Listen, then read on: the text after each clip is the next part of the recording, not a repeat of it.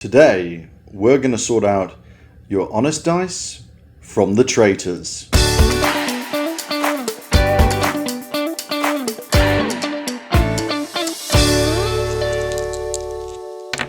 Oh, come on! We're going to be talking about dice and how to test for unbalanced dice among your sets through a salt bath. And because I don't want to be like those recipe guides where you have to, scroll all the way through a life story to get to the tutorial, we're going to tell you where the tutorial is for salt baths for your dice, down here. Somewhere here is the time code. Go to this time code and you can go straight to the tutorial for salt baths. But for everyone else who wants to hear me rant, let's talk about dice. In role-playing, we use a lot of dice. Your standard role-playing game could use any of the standard array of D20s, D12s, D10s, D6s, or they could be D4s. D4s. Some other games like Dungeon Crawl Classics use more rare and strange, or as they call it, funky types. I don't own those ones in physical form. Things like D5s, 7s, 14s, 16s, 24s, 30s. There's a lot of dice. And that's not even counting specialty dice that some RPGs use, where they've just reskinned the standard array but with their own special symbols. Stuff like the FFG Star Wars games, or Blade Runner by Free League, or the Star Trek Adventures game by Modiphius. They all have their own special magical dice. The point is, though, is that whatever form they take, dice are like the most ancient granddaddies of gaming. And they've been around since around 3000 BC. They tap into multiple senses. So first of all, you've got the feel in your hand, that clackity clack. Sensation and sound, it's something magical. But on top of this very kinetic or physical reason for liking dice, another one is really what they stand for. They stand for the unknown, because they provide the unknown, this unknown tension when you roll it and a half a second before you see the result. Dice have meaning. Dice have this much larger meaning. They are, in fact, really a good example of a sign. By sign, I mean Roland Barthes, the media theorist who I unfortunately had to study a lot on uni. Roland Barthes talked about how there's the concept of a sign, an object that has a signifier and a signified. A rose, for instance, the signifier is that it is red, that it is very beautiful, and so forth. And the signifieds, passion, love, devotion, is what a rose can stand for. And with a dice, you have something similar. This is a game tool. It's got a select number of faces with equal faces. It does the function it's meant to well. But the signified from that is all these concepts of risk, reward, choice, fairness, the unknown while it's in movement, and then when it lands, the finality of the result. Alia jacta est, or the die is cast, the words that Caesar said, or is said to have said, when crossing the Rubicon and taking his action towards becoming a dictator. Crossing the Rubicon, rolling a dice, once you reach that point, there is no going back. The result is final. And that's why the concept of loaded or unbalanced dice is pretty much anathema. It goes against the established sign of the dice. It makes a mockery of it if it no longer does what it's meant to do. The dice become unbalanced figuratively and literally. And it's that issue of literally unbalanced dice that we're going to get round to today. Unbalanced dice. What are they? Well, there's really two types. First of all, there's weighted dice, and then there's, just naturally occurring unbalanced dice. Now, weighted dice are what you would think of in, mostly movies, where you've got a dice that has been specially weighted on one side. So there'll be a small, tiny weight on the inside of the dice or so that will make sure that it rolls onto one side reliably. right? You see that in movies all the time with the gambler. Oh no, you've been using loaded dice. Those dice are crooked. Your dice are loaded! The problem is your dice are loaded. But most dice that are unnaturally rolling, it's not intentional. It's a fluke of their creation. You see, when you've got a dice, this is made out of resin, plastic, and what happens is it is poured into a base and then heated up. That's a very, very simplified explanation for it, but bear with me. When that happens, you're basically cooking this, baking it. It's a bit like a mini cake. And what can happen is you can get little air bubbles forming in it. That means you've got tiny little holes inside it, little caverns. And that means the density of the dice is no longer full. It's not one object, it's one object with little pockets of air. And those could be anywhere around it, so when you roll, it will land harder on the other side because the other side is lighter. Some dice are fancier than others and they will have a lot of elements within them, lots of patterns. That's a problem sometimes because if it's done incorrectly, once again, your dice is unbalanced, it's weighted more on one side than the other, and bam. My own salt bath testing has shown this quite often. I wish I'd had a chart out, but it was all the ones that had fancy patterns were more likely to be the ones that were unbalanced. That's why quite often my favorite kind of dice are one solid block. They're ugly, but they're usually better, or at least more reliable, or less likely to be unbalanced, I should say. Metal and stone dice, way less likely to be unbalanced. When you forge a dice out of metal, you're less likely to get those air pockets. Ditto if it's made out of a solid piece of stone, you're not going to get that. The downsides with stone and metal dice is, one, they are usually more expensive. And the other problem is that they can dent tables. If you're not using a mat, they're going to go bing, and then someone's going to chase you with a sharp stick for denting their table. I've got a few stone dice, but nothing compares to, again, that sheer cheap plasticky sound. I love it. So that's where we are, and that's what is unbalanced dice.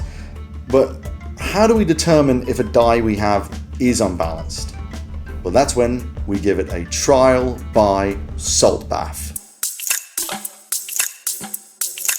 So, if we're going to do our saltwater test, we're going to need some supplies. Some dice, a bowl of warm water, some salt, some cold water or a nearby tap, a lovely fluffy towel to dry off our dice, and a nice dry area for our dice to dry. We begin by putting our salt in our bowl of warm water. We want it warm, not boiling hot, just warm enough to dissolve the salt. Our goal here is to keep adding salt until the water is buoyant and objects will float. So you want it completely saturated. Yeah, you want that water to get nice and cloudy.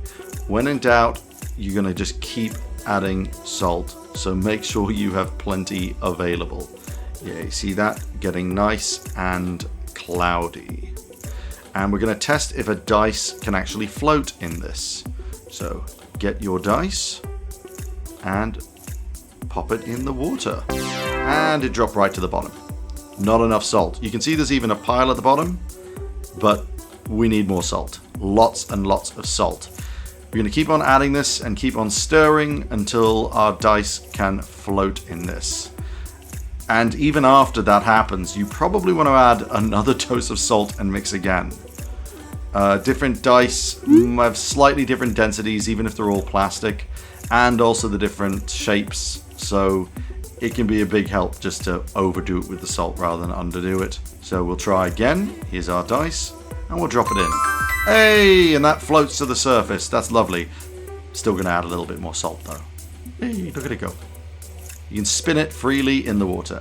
Here is our salt. Here's how much I used, and I could probably have used a lot more. We're going to spin our die in the water. You see, it went from 19 to 10. It's spinning to different numbers. That's what we want. You want to do this multiple times, at least a good 10 times, I would say. And if it is rolling to different numbers, then you are safe. This works with every dice. Here's a D12. And we're starting and spinning. You can spin really in any way you want. Some people prefer a gentle one, some a harder one. But as you can see, this one is spinning to different numbers. This dice is also probably balanced. Here's a D8. Some of the shapes can be awkward. D4s will probably sink. You need to add more salt. Yep. You definitely need to add more salt for D4s. This D20 is unbalanced. See that? Started on 20 and then it awkwardly corrects itself back to 20. No matter what you do, the air pockets inside are forcing it back up to 20. That one's unbalanced. Sorry dice, you're out. Right to jail, right away. Once you are done checking all your dice for which ones are balanced and not, put it in the cold water, or better yet under a cold tap, and just gently, kindly rinse it off of all of the residue. You do not want any salt remaining. And then we're going to comfy dry it off with a cloth. I'd recommend a fluffy towel or a glasses cloth. We want to get rid of all the residue, make sure it's nice and shiny and clean. And then of course, pop it to dry. It's a happy balanced dice. Why is this topic of unbalanced dice so close to my heart? Why was it important enough to make a video for me? Let me take you on a mental journey, right? You've got some dice, you're playing a game, you roll them a few times, and they roll a bit funny. You start noticing patterns, or imagining patterns maybe, but you start noticing patterns and you start feeling unease. If I keep rolling high during a game, I start to feel that same sense of unease, especially as a GM. If I'm just curb stomping players because I keep just rolling 20s or whatever, I start to get that feeling in my gut that something's wrong with my dice. And when I get that, there's two options. Either it's just weird luck that my dice are doing this, or my dice are false. I think everyone has this experience they've had where they have one dice in their set, and for some reason you just start hating that dice because you just keep rolling wrong with it. I've known players who have hated a specific dice of theirs so much they never use it. They'll still bring it to games, but they'll just put it aside and go, I don't use that one.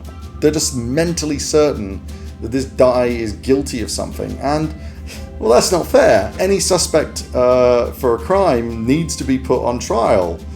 And, once you do that, then there's no more doubt. Once you give your dice a salt bath, you've treated them fairly, you've put them on trial, and now you know, and there's no more question anymore, oh, they were rolling bad because it was bad luck or whatever, or they were rolling bad because they were unbalanced. Now you know, and you can get rid of the unbalanced ones.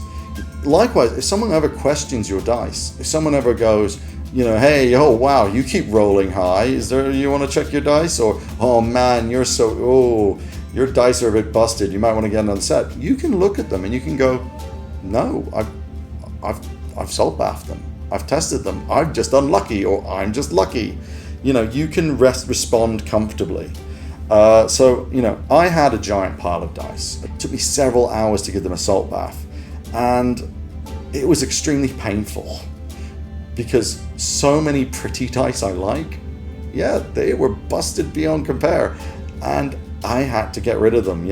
I got rid of about, I'd say, 10% of my dice, but it was worth it because there's enough to worry about when playing role-playing games. There's enough challenges you have to face as a player without thinking that your dice have their own agenda. So seriously, when you have a free afternoon, a nice long afternoon, if you've got a big set like I did, give your dice a salt bath. And every time you purchase a new set, give them a salt bath, because you will just be putting your mind at ease. Thank you everyone for watching. I know that this is a bit of a niche topic, but you cannot believe how many times I've had to explain to other players what a salt bath is when they've worried their dice aren't working right. I do have some other thoughts on dice, a bit more theoretical and less physical, such as my opinions on dice fudging, but I'll likely return to, another module boost guide next. We'll see though. In the meantime, have a great day, and may your rolls be very, very high or very, very low, system depending.